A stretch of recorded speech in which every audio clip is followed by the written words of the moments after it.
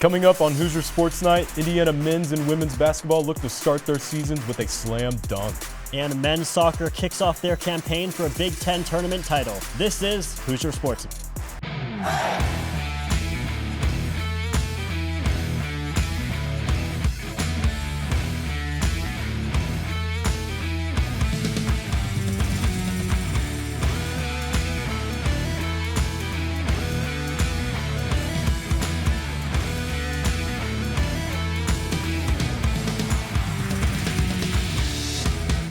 Hello and welcome to Hoosier Sports Night. I'm Anthony McClain. And I'm Gabe Fenster. Gabe, did you go to the game Monday? I did go to the game. I actually watched from the roof. Very nice. Very nice. Regular season men's college hoops are finally here, and Mike Woodson's highly anticipated squad opened the season at home against Morehead State. Our Evan Camico has more. After a bumpy first half, the Indiana men's basketball team found its footing and got a season-opening victory 88-53 against Morehead State. This was the first game for these guys. I don't know if they were jittery or not, but I thought we came out with a great start, but you got to give Morehead State some credit. I thought the second half we turned it up from a defensive standpoint and did what we had to do to secure the win. Well, Trace Jackson-Davis was back to his dominant self tonight, scoring 15 points. It was actually Indiana's bench that ignited Assembly Hall, going on a 14-0 run when the game was tied at 21 early in the first half. I feel like, and we feel like we have 10 starters, 11 starters, 12 starters. So when that second group comes in, there should be no drop-off. Malik's been playing great. JG's been playing great. And then Fino's running that second team. The starters who start the game, it's important for us to come in with energy. And, when energy is applied, it's always going to show on the court. You know what I mean? Like, we want a little run. We got some stops, got some easy points. That's what you need when you come off the bench to have that, that pop to keep you in. The Hoosiers defense gave up only 24 points in the second half, but going 12 of 21 from the free throw line still concerns Coach Woodson. I say defensively we did a solid job. I thought our switching, we got burned a couple times, but for the most part, I thought our switching was on par. So I just don't like the fact that we're missing free throws. That's really bothering me as a coach. Indiana improves to 1-0 and faces Bethune-Cookman on Thursday. From Assembly Hall, Evan Camico, IUS-TV Sports. The Hoosiers are back in action tonight against Bethune-Cookman. Tip-off is scheduled for 8:30 on Big Ten Network. Follow along with Evan, Josh Bodie, and Hank Joseph for updates from Simon Scott, Assembly Hall. On Tuesday night, the Indiana women's basketball team kicked off their season in Assembly Hall against Vermont. Our Brianna Baylog has the recap. The Indiana women's basketball team defeated Vermont 86-49 in their season home opener. We had 12 threes tonight. It probably last year would have taken us maybe 3 or 4 games to get 12 threes. So, it's a really good start for us in terms of shooting the ball. A young player that stood out for the Hoosiers was Yarden Garzone. She led the team with 19 points and scored the most points in a freshman debut since 2013.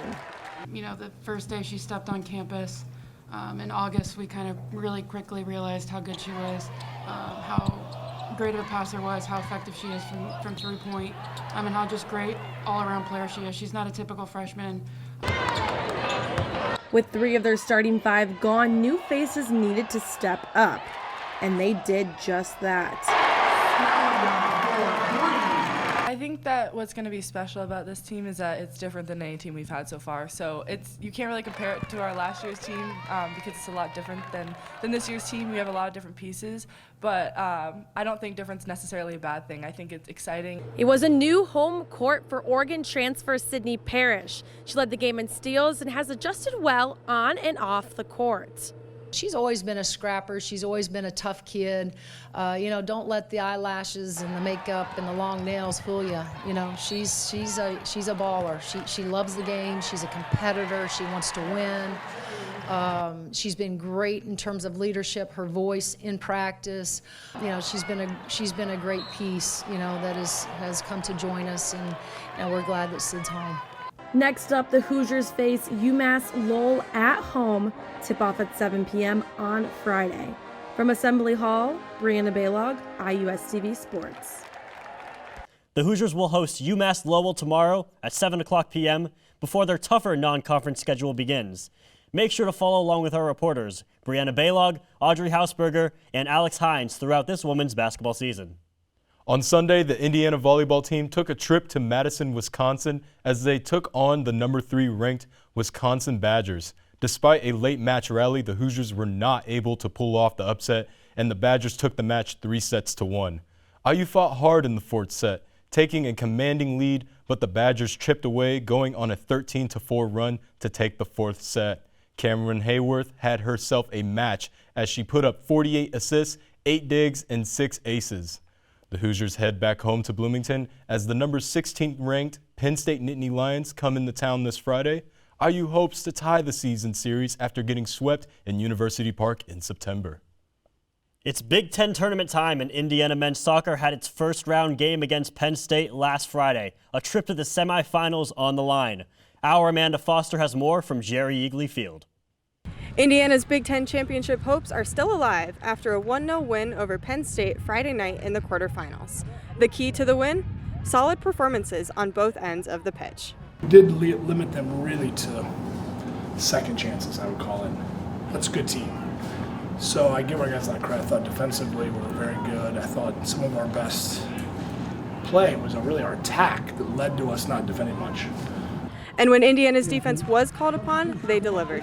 While goalie JT Harms didn't have to make any big saves, that doesn't mean he didn't have big contributions. It's huge. Relieves a lot of pressure for us when he can come out, punch some balls for us, or even catch some. But yeah, he was big time for us tonight, and it was good to see him. We have confidence in him. He should have confidence in himself for the rest of the way. A first half goal from Ryan Wittenbrink proved to be the difference maker for the Hoosiers.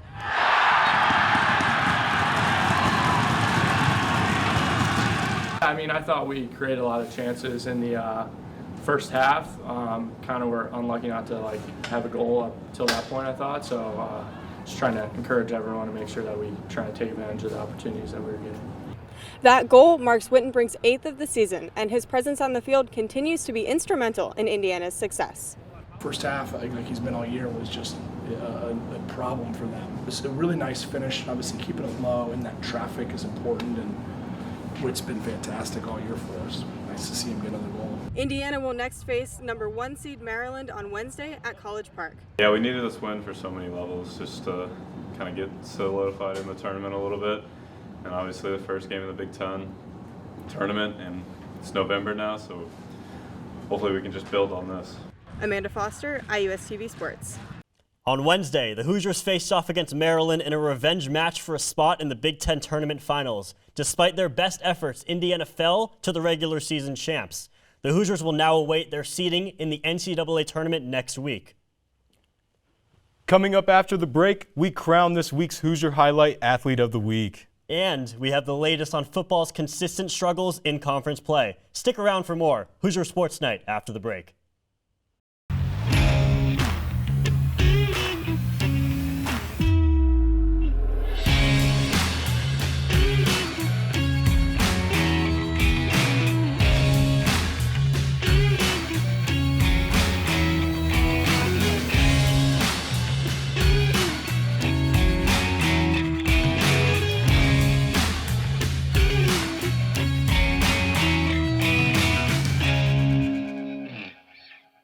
Welcome back to Hoosier Sports Night. Joining us in the studio for this week's Hoosier Highlight is IUS-TV sports reporter Griffin Healy. Griffin? Thanks, Anthony. This week's Hoosier Highlight Athlete of the Week is none other than Indiana women's basketball player Yarden Garzon. The 4-star freshman guard from Ra'anana, Israel, has built up quite the resume during her playing career before becoming a Hoosier.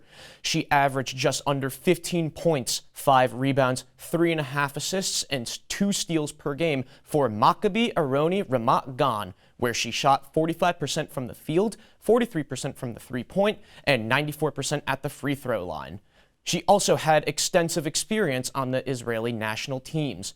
Garzon committed to Indiana back in December of 2021, and in the first game of the regular season and her collegiate debut against the University of Vermont, she notched 19 points in the 86-49 victory.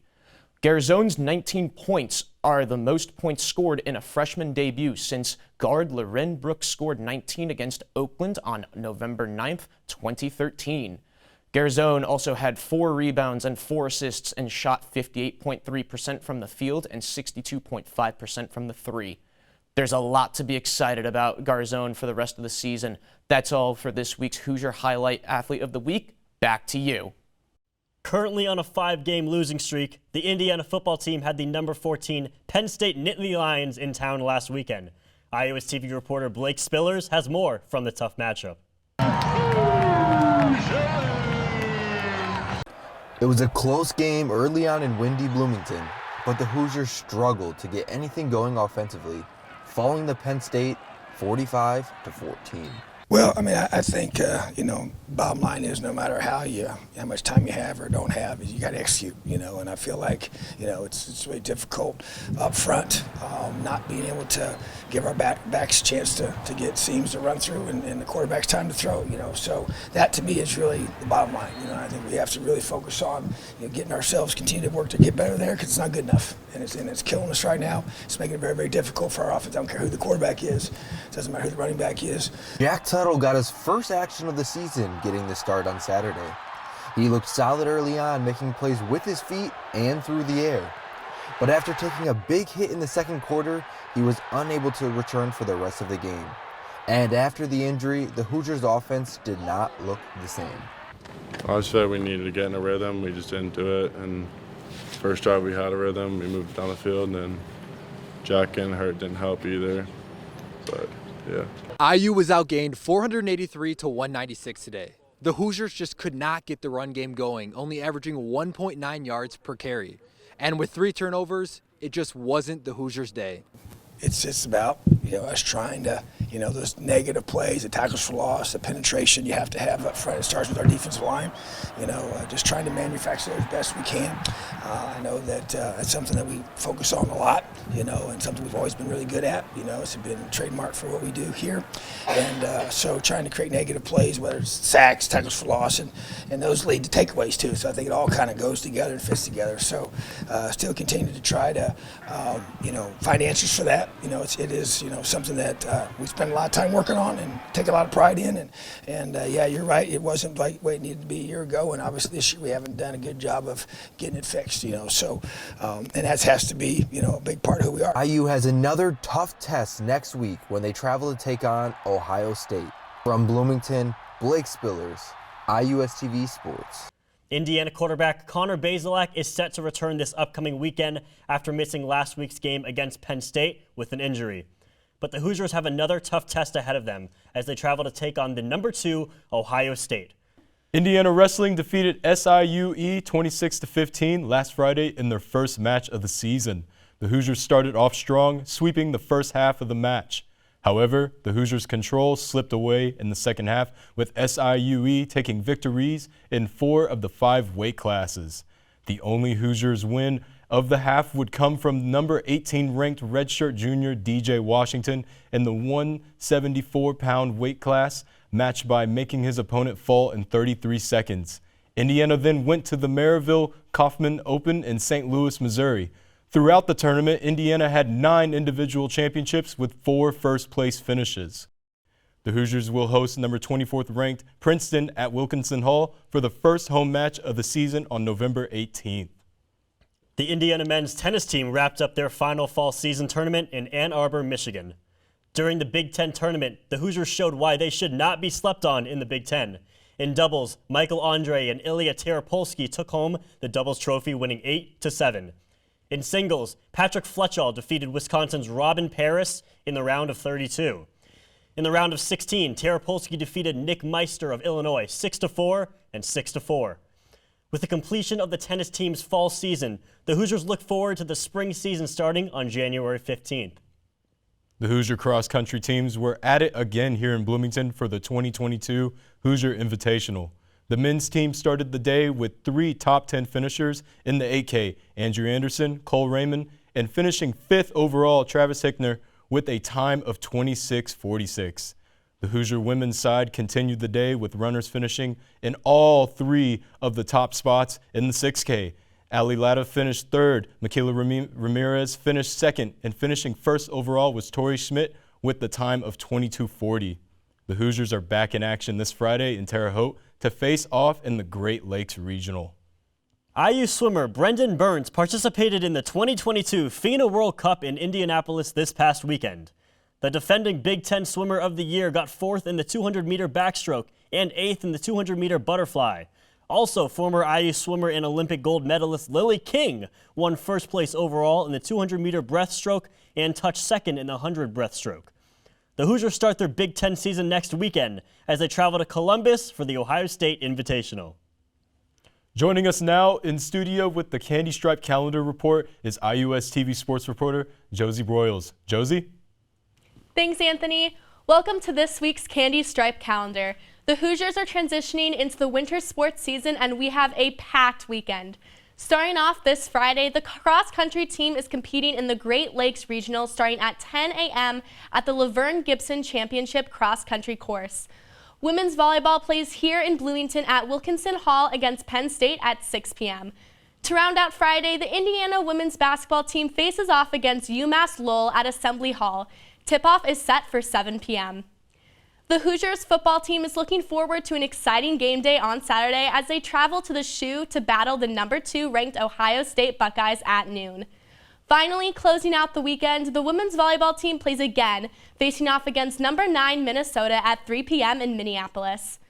How many wins will the Hoosiers get this weekend? To find out, follow along with our IUS TV Sports Beat reporters for the best coverage of Indiana athletics. That's it for this week's Candy Stripe Calendar. Back to you at the desk. And that's our show for the week. Thank you so much for tuning in. And don't forget to follow us on Instagram and Twitter at IUS TV Sports. For our production crew behind us, I'm Gabe Fenster. And I'm Anthony McClain. We'll see you next week.